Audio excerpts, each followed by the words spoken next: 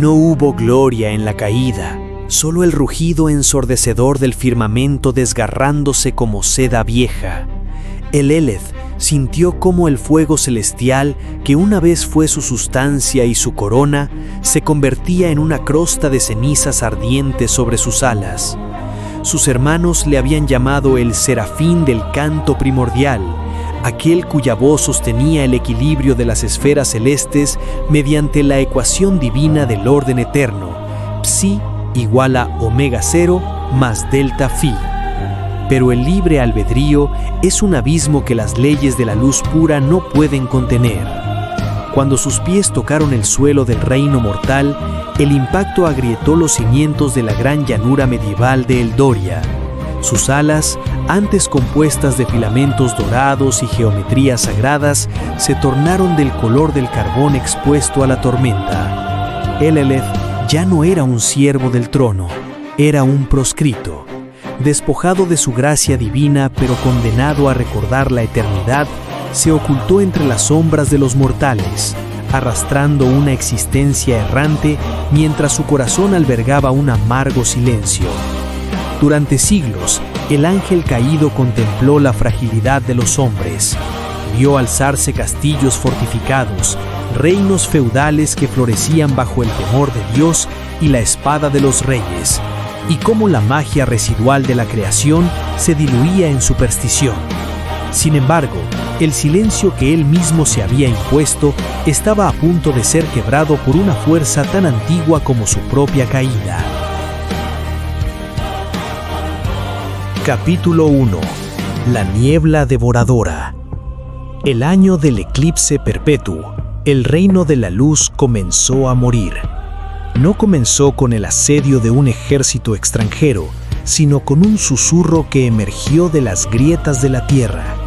Una bruma densa, gélida y violácea se arrastró desde las catacumbas del antiguo castillo de Eldoria, expandiéndose por los valles como un veneno sutil. Donde la niebla tocaba, las cosechas de trigo se convertían en polvo negro. Las fuentes de agua dulce se tornaban salobres y los hombres caían de rodillas, sumidos en un letargo del que nunca despertaban. El Eleth observaba la devastación desde las colinas altas, cubierto con una capa de monje andrajosa que ocultaba las cicatrices donde sus alas solían replegarse. Sentía la vibración de la niebla. No era un fenómeno natural, sino una distorsión de la entropía mística, una manifestación del vacío puro que buscaba restablecer la nada original. El ecuosto del colapso avanzaba sin control, donde la densidad de la oscuridad crecía en proporción inversa a la fe de los hombres. El gran rey de Eldoria envió a sus caballeros templarios y a sus magos de la corte a sellar las catacumbas, pero ninguno regresó. Las espadas de acero templado y los hechizos basados en elementos mundanos eran inútiles contra una fuerza que devoraba la existencia misma. El reino se apagaba, y con él la última chispa de belleza que el Eleth, en su silenciosa melancolía, había aprendido a tolerar. Capítulo 2. El despertar del silencio. Fue en la tercera luna del invierno negro cuando el Eleth comprendió que su destino estaba ligado a la ruina de los mortales. Una noche, mientras caminaba entre las ruinas de una aldea cuyos habitantes yacían en el suelo con los ojos abiertos fijos en la nada, escuchó el llanto de un niño.